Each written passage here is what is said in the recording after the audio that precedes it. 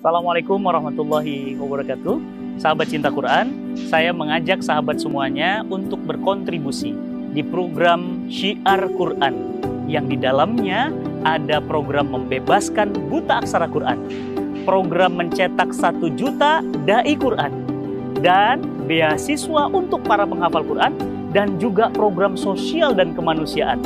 Sungguh ini bagi orang-orang beriman amat sangat menggiurkan. Maka atas apresiasi itu semuanya, kami persembahkan sebuah event spektakuler Amazing Muharram. Mari dukung event Amazing Muharram dengan berdonasi untuk program Syiar Quran. Daftar langsung di www.amazingmuharram.com. Salam cinta Quran. Assalamualaikum warahmatullahi wabarakatuh.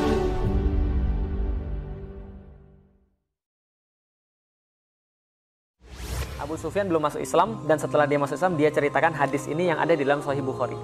Nah, kemudian apa yang dia ceritain? Bercakap-cakaplah dia sama Heraklius. Setelah dia bercakap-cakap, lantas Heraklius bilang, kalau benar semua yang Anda katakan tadi tentang sifat orang ini, maka orang ini adalah nabi sebagaimana yang kami kenal dalam kitab-kitab kami.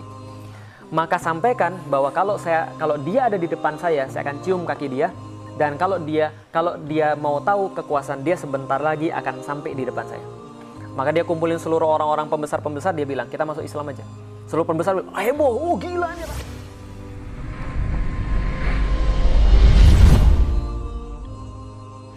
Alhamdulillah, puja dan syukur senantiasa kita panjatkan pada Allah. Salat dan salam semoga tercurah dan terlimpahkan kepada baginda Nabi besar Muhammad sallallahu alaihi wasallam. Tuan rumah, insya Allah dirahmati Allah, Mas Dani, Mas Ahmad Dani, dan juga anak-anaknya terutama Mas Al, El, dan Dul. Nah, sudah apal saya, Al, El, dan Dul. Cuma nama lengkapnya belum. Gitu kan. Ya, nanti insya Allah kita berkenalan lebih lanjut. Pada hari ini saya coba ingin mencoba untuk menyampaikan ya satu materi yang saya pilih. Ini adalah materi yang menjadi tadi sudah saya sampaikan pada Pak Rizal. Ini materi saya buat pada tahun 2008. Sebenarnya materi ini lebih lagi mengakar karena memang berhubungan langsung dengan sejarah saya ketika saya masuk Islam. Saya masuk Islam tahun 2002 ketika berdiskusi dengan Ustadz Fatih Karim. Ustadz Fatih Karim cerita pada saya tentang seorang pemuda namanya Muhammad Al-Fatih. Nah, pemuda ini namanya Muhammad Al-Fatih ini yang menginspirasi Ustadz Fatih Karim punya nama Fatih Karim. Aslinya bukan. Aslinya kita panggil Kang Ari. Kang Ari. Nah, karena nama aslinya bukan Fatih Karim, maka Fatih ini dari sini. Lah, setelah saya kemudian mendengarkan cerita tentang Muhammad Al-Fatih, maka saya bilang, Kang, saya boleh nggak milih nama Islam? Boleh katanya. Maka saya pilih nama Islam sejak 2002, itu adalah Muhammad Al-Fatih. Itu nama saya sejak 2002, dan saya punya tanggung jawab untuk memperkenalkan ini. Dan pada saat itu orang-orang belum tahu. 2007 untuk kedua kalinya saya dengar Muhammad Al-Fatih dari orang lain, namanya Ustadz Hafiz Abdurrahman, Ustadz kita semua. Beliau sekarang bangun pesantren, jadi bukan pesantren saya bantu beliau untuk bangun pesantren, karena beliau memang kiai haji, memang ya orang pesantrenan luar biasa. Dia menceritakan tentang kisah Muhammad Al-Fatih. Maka saya merasa ini tanggung jawab saya sejak tahun 2002 belum saya realisasikan. Maka sejak tahun 2007 itulah saya benar-benar serius untuk menyelidiki tentang Muhammad Al-Fatih dan buat satu materi tentang Muhammad Al-Fatih, lebih karena kekesalan saya waktu itu. Jadi boleh nggak sih seorang muslim itu punya rasa kesal? Boleh. Tapi cara merespon rasa kesal itu seperti apa? Untuk proof something pada orang lain, kita harus membuktikan sesuatu bahwa yang dia sangka itu adalah sesuatu yang salah. Karena balasan terbaik pada orang-orang yang nyinyir adalah dengan berkarya. Karena karya itu yang paling dibenci sama orang-orang yang memang ingin menjatuhkan kita. Nah, maka Muhammad Al-Fatih adalah sebuah materi yang saya buat ketika orang meragukan tentang kebangkitan Islam. Awalnya itu. Maka ini materi udah dari tahun 2008. Maka masih ada follow @felixyau. Waktu itu di Twitter 2008. Jadi belum masuk ke Instagram. Nah, di gambar ini semuanya palsu kecuali satu, pedang. Pedangnya asli. Dan kalau nanti setelah kisah ini Mas Ahmad Dhani mau ke Istanbul, insya Allah saya akan pandu secara pribadi. Top couple, kita akan pandu secara pribadi seluruh Istanbul, karena bagi saya lebih mengenal Istanbul daripada di Jakarta. Enaknya bulan apa? Enaknya bulan April. Oke, April. Iya. Jadi kalau di Jakarta saya bisa nyasar, tapi kalau Istanbul enggak. Karena nggak mungkin orang nyasar di Istanbul. You'll never get lost in Istanbul. Kamu nggak akan pernah tersesat di Istanbul, kecuali kalau kamu memang benar-benar nggak punya intelijensia gitu. Nah, semuanya ini adalah Itu kan. Betul. Nah, jadi ini adalah semuanya palsu kecuali pedangnya. Pedangnya asli adanya di Museum Topkapi. Tapi banyak orang ke sana nggak ngelihat pedang ini karena dilewatkan begitu saja. Karena disimpan di satu ruangan. Pedangnya kayak apa? Sayyidina Ali juga ya? Beda. Karena pedangnya ini pedang. Mataku yang blur. Ya ini kayak dua ya, gitu kan ya. Kayak dua ya, jadi di situ ya. Ujungnya dua apa satu? Satu. Berarti matanya ada yang blur.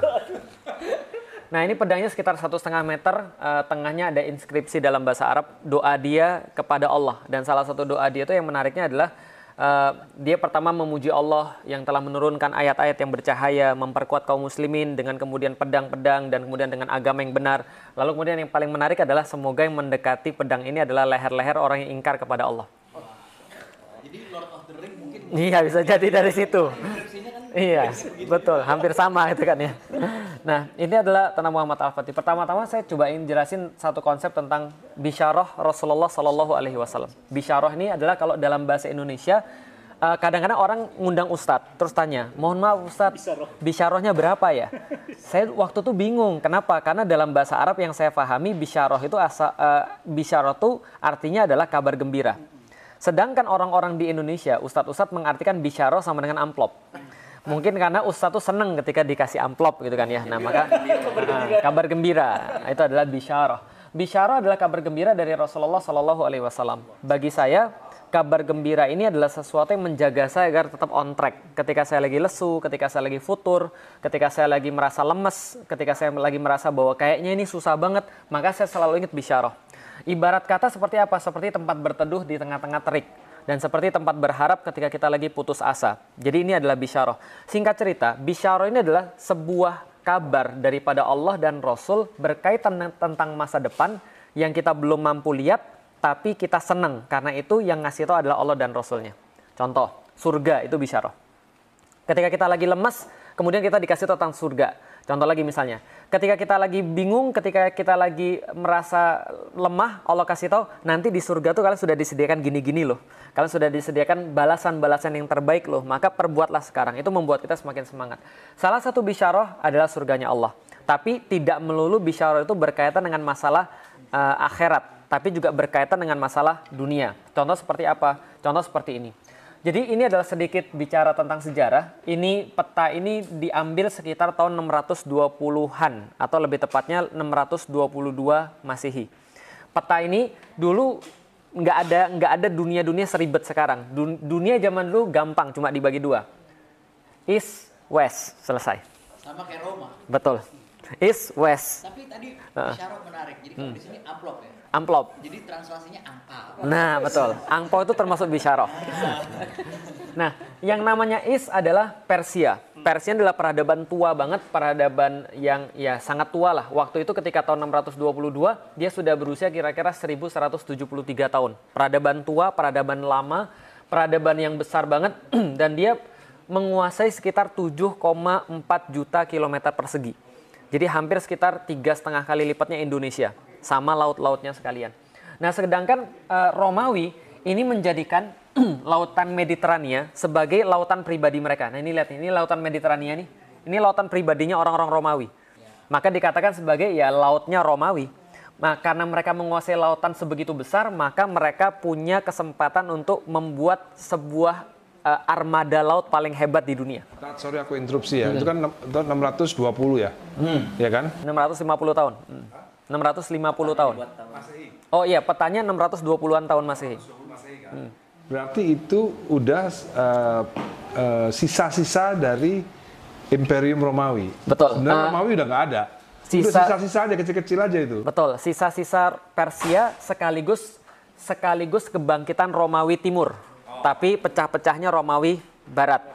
Nah, karena ini adalah sebelah Yang utara masih solid loh. Sebelah utara justru pecah juga. Pecah juga. Karena betul, pecah semua.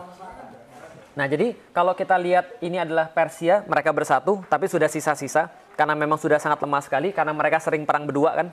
Sering perang berdua. Nah, ini adalah kemudian Romawi kebagi dua. Iya. Ada Romawi sebelah timur, ada Romawi sebelah barat. Oh, sorry. Romawi sebelah barat setelah kemudian Konstantin memindahkan ibu kotanya ke Konstantinopel, makanya namanya kan Konstantinopel karena dari namanya Konstantin, maka Eropa Barat itu pecah-pecah menjadi kerajaan-kerajaan. Dan pecah-pecahnya menjadi kerajaan itu mereka buat satu perkumpulan namanya The Holy Roman Emperor. Nah, Holy Roman Emperor ini punya satu pemimpin namanya Paus. Kenapa Paus? Karena sebelah sono, Romawi sebelah barat, ini adalah penghuninya orang-orang Latin. Orang-orang Latin ini punya agama namanya Kristen Katolik.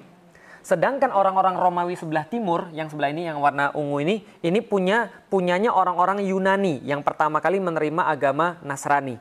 Maka mereka nama agamanya Kristen Ortodoks. Nah, coba saya ulangi lagi. Sebelah sini Kristen Ortodoks atau Romawi atau Bizantium. Sebelah sini adalah Romawi sebelah barat yang mereka punya perkumpulan namanya Holy Roman Emperor, orang-orangnya orang-orang Latin dan agamanya adalah Kristen Katolik. Kristen Protestan mana? Belum nyambung karena urusannya belum sampai di sini. 622 itu sekaligus menjadi satu tahun penting di dalam Islam karena terjadi peristiwa hijrah Rasulullah dari Mekah ke Madinah. Nah, dari Rasulullah dari Mekah, di sini Mekah ke Madinah, ini bukan bendera partai atau bukan bendera HTI gitu kan ya. Ini adalah bendera Rasulullah berdasarkan hadis yang sangat jelas. Di Madinah beliau mendirikan sebuah kepemimpinan baru. Dan pada saat itu beliau diapit oleh dua raksasa besar. Satu adalah Imperium Persia, satu lagi Imperium Romawi. Romawi sekitar 5 juta kilometer persegi dan kemudian Persia sekitar 7,4 juta kilometer persegi. Apa buktinya? Suatu waktu tahun 627-an itu Rasulullah pernah dapat satu ayat daripada Allah. Gulibatir Rum fi atnal ad. Akan dikalahkan orang-orang Romawi di tempat yang paling dekat. Wa hum mim ba'di ghalabihim sayakhlibun fi bid'i sinin. Dan setelah mereka dikalahkan, mereka akan kembali mengalahkan Persia dalam waktu dekat. Kenapa ayat ini bisa turun? Karena pada tahun 627 itu para sahabat sedang ramai tentang pembicaraan dunia. Apa pembicaraan dunia? Ada clash of civilization. Ada sebuah perang besar namanya Perso-Roman War. 627 itu besar sekali dan saking besarnya pembicaraan itu orang bilang, ini yang menang siapa nih? Persia kah yang sudah lebih senior atau Romawi kah yang kayak anak muda? Mereka bilang ini siapa yang menang nih? Persia kah yang akan menang melawan Romawi? Salah satunya ada di film 300. Nah itu kan Persia lawan Yunani kan gitu ya. Nanti betul. Nanti Persia lawan Romawi. Nah setelah kemudian mereka bertanya-tanya, bahkan Abu Bakar ikut taruhan. Abu Bakar taruhan. Kenapa? Karena pada saat itu di Madinah itu sentimennya adalah orang Madinah itu memihak para penyembah api Zoroaster. Ya, penyembah api, pokoknya kami pihak mereka pasti menang. Ahura Mazda. Betul, Ahura Mazda. Apa namanya? Queen Freddie Mercury. Itu kan ya, Ahura Mazda. Jadi agamanya Freddie Mercury. Nah, jadi ketika itu kemudian orang-orang Muslim merasa nggak suka. Kenapa? Karena mereka merasa sesentimen dengan orang-orang Nasrani. Karena pada saat itu adalah orang-orang Romans adalah orang-orang Nasrani. Maka mereka bilang enggak, kami kira pasti Romawi yang menang. Maka Abu Bakar sampai taruhan. Setelah taruhan, kemudian para sahabat nanya pada Rasulullah, ya Rasulullah yang menang Persia atau Romawi? Di kasino taruhan. Nah, dikasih pada Rasulullah, dikasih note itu kalau sekarang taruhan itu kan ya. Ini pur berapa gitu kan ya. Nah jadi ketika belum ada, betul. Nah jadi ketika, nah jadi waktu itu yang bersifat betul belum diharamkan. Ya mungkin di kasino itu. Betul. Nah, setelah kemudian ditanya pada Rasulullah, Rasul nggak jawab, tapi Rasul nunggu wahyu. Setelah nunggu wahyu datang kemudian ayatnya Gulibatir Rum fi atnal ad. Akan dikalahkan orang-orang Romawi dalam tempat yang paling rendah atau dalam waktu yang paling dekat. Ternyata betul, kalahnya waktunya dekat dan tempatnya paling rendah di Laut Mati, Dead Sea. Nah, jadi di Laut Mati kemudian mereka dikalahkan, terus kemudian pada saat itu dikalahkan Romawi orang-orang, tapi kata Rasulullah, tapi mereka akan kembali menang setelah beberapa waktu. Maka Abu Bakar bilang, kalau itu saya naikin taruhan saya. Nah kenapa? Nanti kan ini kan berarti mereka lihat, wah ini kayaknya Romawi kalah nih, setelah itu dia bakal menang. Dinaikin taruhannya dalam jangka waktu 10 tahun. Dan Abu Bakar menang taruhan berarti. High rulers. Betul, karena ini langsung datang dari Allah. Kalah duluan terus kemudian menang. Menangnya tahun berapa? Menangnya tahun 629. Muncul seorang pahlawan hebat daripada orang-orang Romawi, berhasil membalikkan keadaan, ibarat zaman sekarang tuh ya Satrio Piningitnya lah. Dia muncul namanya Heraklius. The Great Heraklius, beda. Jadi The Great Heraklius ini kemudian berhasil membalik keadaan, menang melawan Persia dalam berbagai macam perang, berhasil merebut salib suci, the holy apa namanya? Crucifixion ya, atau the holy bukan. Ya inilah pokoknya salib suci. Salib suci yang mereka yakini ada tempat Holy Cross, tempat disalibnya Yesus. Nah, diambil balik dan ini kemudian diarak. Diarak kemudian salibnya ini diarak dari tempat kemenangannya sampai ke Yerusalem. Sampai ke Baitul Maqdis. Ketika dia sudah sampai ke Baitul Maqdis, ini salib ditaruh di depan gereja Makam Kudus, Horis Sepulkur. Lalu kemudian setelah itu dia kemudian berdoa di situ. Setelah selesai berdoa, dia dikabarkan dapat surat pertama kali dalam bahasa Arab. Heraklius dapat surat pertama kali, tulisannya Bismillahirrahmanirrahim. Min Muhammadin Rasulillahi sallallahu alaihi wasallam ila Heraklius. Kemudian dari Rasulullah kepada Heraklius. Di situ ada stempelnya Nabi ngajak dia untuk masuk Islam. Kemudian Heraklius ngeliat ini, Heraklius kan pinter. Karena surat yang sama dikirim juga ke Kisra. Kisra baru kalah perang, dapat surat. Lagi kalah perang, dapat surat, stres. Ini orang ngapain sih? Siapa dia? Berani-beraninya. Karena zaman dulu itu kalau kita nulis surat pada raja harus ada puji-pujian dulu. Dari Felix Xiao kepada Fatih Karim. Kepada Fatih Karim.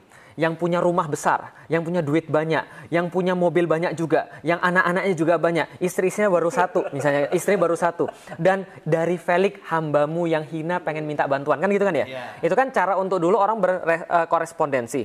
Lihat aja surat-surat di Nusantara, semua pujian dulu dari kepada raja yang memiliki ribuan pulau, yang memiliki betul, puji, betul. Baru saya yang sangat lemah, kan itu kan? Nah, betul. Tapi ini surat dimulai dengan min Muhammadin. Ini dari Muhammad, delegasi dari atas ke bawah. Ini dari Muhammad kepada Heraklius, dari Muhammad kepada Kisra.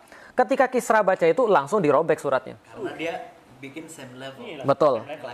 Dia siapa? Same level kayak saya. Sedangkan orang Raja Persia julukannya Syahansyah. Syahansyah. Raja di atas raja. Makanya catur itu kalau rajanya mati namanya Skakmat. Awalnya Sahmat.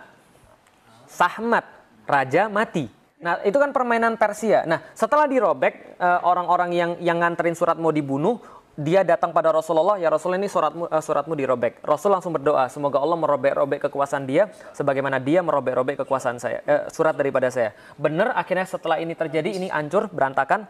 Pada tahun 651 semuanya masuk wilayah Islam, dalam waktu sangat sedikit sekali. Sedangkan orang-orang Romawi, Heraklius lebih pintar. Dia orang yang belajar agama. Ketika dia baca surat ini, dia kumpulin seluruh orang-orang, lalu kemudian dia bilang, panggilkan saya orang Arab, saya mau tahu siapa Muhammad. Jadi dia theologian. Betul. Akhirnya dapatlah satu orang Arab, ternyata orang Arab ini dekat dengan Nabi, bahkan keluarganya termasuk pembesar dan keluarganya Nabi. Siapa namanya? Abu Sufyan. Abu Sufyan belum masuk Islam, dan setelah dia masuk Islam, dia ceritakan hadis ini yang ada di dalam Sahih Bukhari. Nah, kemudian apa yang dia ceritain? Bercakap-cakaplah dia sama Heraklius. Setelah dia bercakap-cakap, lantas Heraklius bilang, kalau benar semua yang Anda katakan tadi tentang sifat orang ini, maka orang ini adalah nabi sebagaimana yang kami kenal dalam kitab-kitab kami. Maka sampaikan bahwa kalau dia ada di depan saya akan cium kaki dia, dan kalau dia mau tahu kekuasaan dia sebentar lagi akan sampai di depan saya. Maka dia kumpulin seluruh orang-orang pembesar-pembesar, dia bilang, kita masuk Islam aja. Seluruh pembesar bilang, heboh, gila ini raja kita udah stres. Dia bilang, nggak jadi. Nah, bercanda, nggak jadi, prank. Lalu kemudian utusannya dibalikin pada Rasulullah, lalu kemudian Rasulullah kemudian mendoakan, tapi mereka nggak jadi masuk Islam. Tapi nggak jadi masuk Islam. Dan akhirnya Heraklius akhirnya kesian banget, karena terusir kan. Nah, akhirnya kemudian yang terjadi, tapi saya nggak masuk pada tahun 629, saya akan masuk di sini aja. Ini tahun 622 begitu besar kemudian kekuasaan Persia dan Romawi, dan pada tahun 622 itu ini kejadiannya.